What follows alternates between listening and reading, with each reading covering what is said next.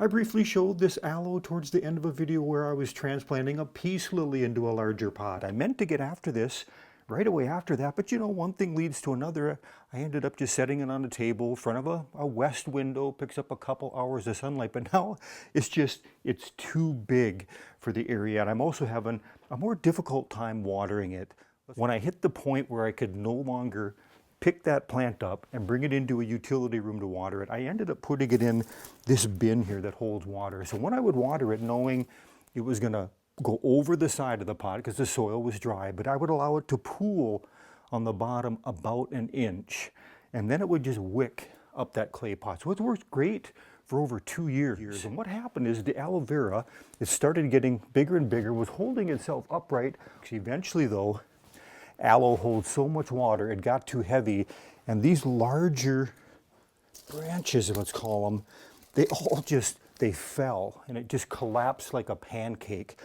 I didn't know what to do, so I just kind of left it, but lo and behold, all these smaller aloe vera, which are called pups or offshoots, they just kind of exploded out of that area that got exposed by that new stem. So that's going to be the goal. We're going to go ahead and we're going to take this out of here, separate out those pups. Okay, let's go ahead. I'm going to bring the whole bin up since there's water in this tub. I'm going to get it up on this surface. Oh yeah. Over here. Now this whole project, it's going to be about a 3-day process. The first day, I actually watered it pretty heavy, put more water on the bottom than I usually do, and now over about a day's time, I've allowed that water to wick up and hopefully fully hydrate all these little pups that we're gonna get out of there. Today's the second day of those 3 days where we are gonna just tear it apart, and then I'm just gonna let those little plants just lay out on this table and do a little drying. And I'm gonna be using clay pots.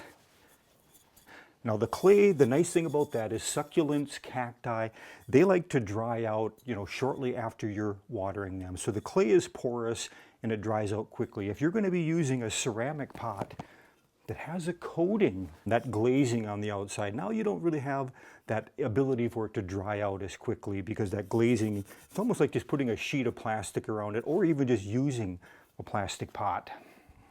Now, do you have to let it dry out? I don't think so. If you're going to be just taking a pup that's going to have a little bit of the root system, I think we could go ahead and put that right in the soil. If you were going to be trying to start your aloe by cutting, then you definitely want to let it dry out for, I would say, 1 to 3 days. If you don't do that, that leaf is probably, it's just going to rot over time. It might take several weeks. So definitely make sure you dry it out. I'm going to let all of them dry out in case when we tear these apart, there is some type of wound. If that happens to get put too low in the soil, we could introduce that rot or that breakdown in the tissue. Okay, let's go ahead. We're going to lift this out of this bin that's been serving as the water capture. I don't know if we're going to have to break the pot apart or not.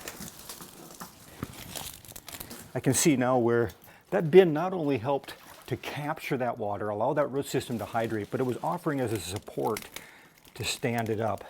Okay, now I've never done this.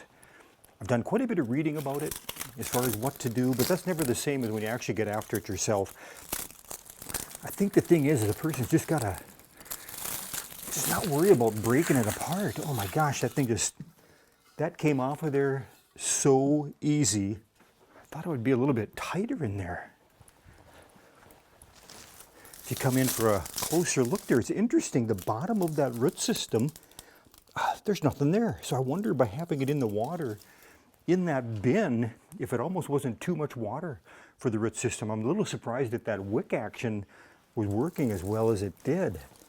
Now, are we going to be able to save some of these larger ones? No idea.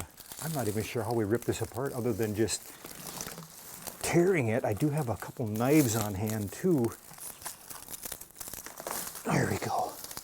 Now, at first notice the soil at the very top, it's just completely dry up here. So I wasn't getting the wick effect that I thought. So that tells me that either the root system has gone down deep enough into that root ball where it can still access some of that moisture, or aloes can just go an incredibly long time without water. I think we're going to be able to transplant this.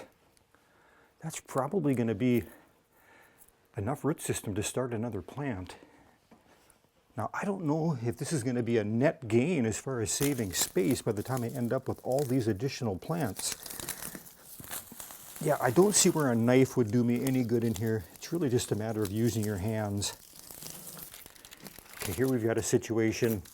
The roots, the stems, but there's absolutely no integrity left in this.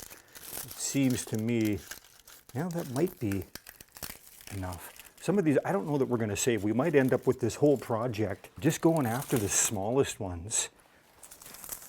There we go. That's the kind of little guy I think we'll be looking for mostly. Is that right there? Doesn't seem like much root system, but that should be enough to sustain that plant. There's another one there. Look at how tiny that is. That one should make a, oh, there a couple came off. It's got a little bit more root system for the size of the plant. I guess the person has to decide. You know, here you're going to have a pretty big pot due to the angle of that roots to start that. Other question is, how deep would a person go to get some support? I don't think we'd be able to go any deeper than this lower leaf right here. Here again, you can see this is where when that plant initially collapsed, the weight, it just fell over and then just created, I suppose, called the reaction wood, where that just firms up in there. I don't know. I guess we could do something like that. Go ahead, let's talk about the different soils. If you start reading online, it's going to just make your head spin, all the different advice you're going to get. Now, I tend to buy just an all-purpose potting mix, this Pro Mix that you see here. That white, that's perlite. That's going to offer that aeration. And the Pro Mix that I'm using, I get quite a bit of these bark chunks in here too. That's going to add some organic matter, as well as it's going to create the aeration. In fact, there are some of the big commercial growers now that have gotten away from using that perlite, and they use an expanded wood like that to create that aeration. I'm going to be using, for all the small pups, a clay pot that you see here. And that clay breathes, and that's one of the reasons I'm just going to use that sphagnum peat moss. Most people will tell you that it holds too much moisture, but if you add that to a clay pot, you're going to get that drying that you need pretty quickly, quite honestly. I don't know that it helps me to organize them anymore. I guess I'm just going to have to clear the table and pick through. Yeah, some look better than others. Look at that guy. Yeah, he's not. All right, we are on day 3 of this project. And I've kind of gone through and I've divided them out into different categories, some of the larger ones over here. And I don't have as many as I thought I was going to get. And one of the reasons being, some of them just, there's no integrity left. I would imagine when they were in that bigger pot, they were standing upright and being supported by fellow leaves. But look at that. I don't think we're going to be able to use it. But one of the first steps I like to do is I like to pre-moisten my soil. Less dusty, just a lot easier to work with. And then when you initially start watering your plants, you don't get that settling. I do like to use Osmocote. It's one of my favorite fertilizers. I'm going to mix in a few of those granules as well. I hadn't mentioned when we looked at that soil earlier that I did do some brief reading into some of the succulent mixes that you can buy. I noticed that a lot of them are adding limestone, and that's going to raise your pH. And it turns out there are succulents that want a little bit higher pH, but Aloe Vera that we're working with apparently is not one of them, that prefers a little bit more on the acidic side. And peat moss, which is the core component here, sphagnum peat moss, that actually has a lower pH naturally. So that's why here again I feel comfortable using this mix for the aloe. That's not too bad, huh? Just like that. This is where I think we're going to see some more plants emerge and fill this out, and then we could clip off some of these longer, older ones if we needed to. Okay, that's got some integrity on its own. We're going to put a little bit of that root system at an angle as we go in. I wish I would have done this a couple years ago when these pups were probably quite a bit shorter. So live and learn. You can see I'm breaking my own rule. Probably should have went through and cleaned these up yesterday. We'll experiment. I don't think that's going to get into the soil though, so it should be fine. What I have decided to do, since I'm not getting as many small ones, I'm going to go ahead and I'm going to take one of the bigger, pop that back up in our original pot. Do some soft tamping there. Looks like it's going to, we'll bend that root just a little bit. going to be off to one side, but that's okay. One of the main reasons the aloes are such a popular houseplant is that gel in the leaves. When you break it, it can be used as a soothing relief for burns or psoriasis. And since it's a succulent, they can go long periods between watering, making them excellent choices for many people who prefer that lower maintenance or reduced watering tasks. We are mid-January here, so it's kind of fun to get your hands dirty. That's the great thing about houseplants. If you can't be outside gardening, landscaping, growing your trees, shrubs, perennials, this kind of gets you excited, gets you looking forward to spring. I don't know, that's not too bad, huh? Better than throwing it. Since I had so many extra leaves, I did decide to go ahead and take some leaf cuttings to see if I can get them to root. I'm using a sharp razor blade to get a good clean cut, and then I'll let that wound callus off for at least a day before I stick them in the soil. I'm also going to use some of the rooting powder to increase my odds. Rather than fill dozens of small clay pots, I'm going to try rooting them out in this tray to save space. I'll check them for roots in about a month or so, but I have a feeling it's probably going to be several months before we see enough roots to transplant them into individual pots. I'll plan on doing an update video on this project to let you know how this all turned out.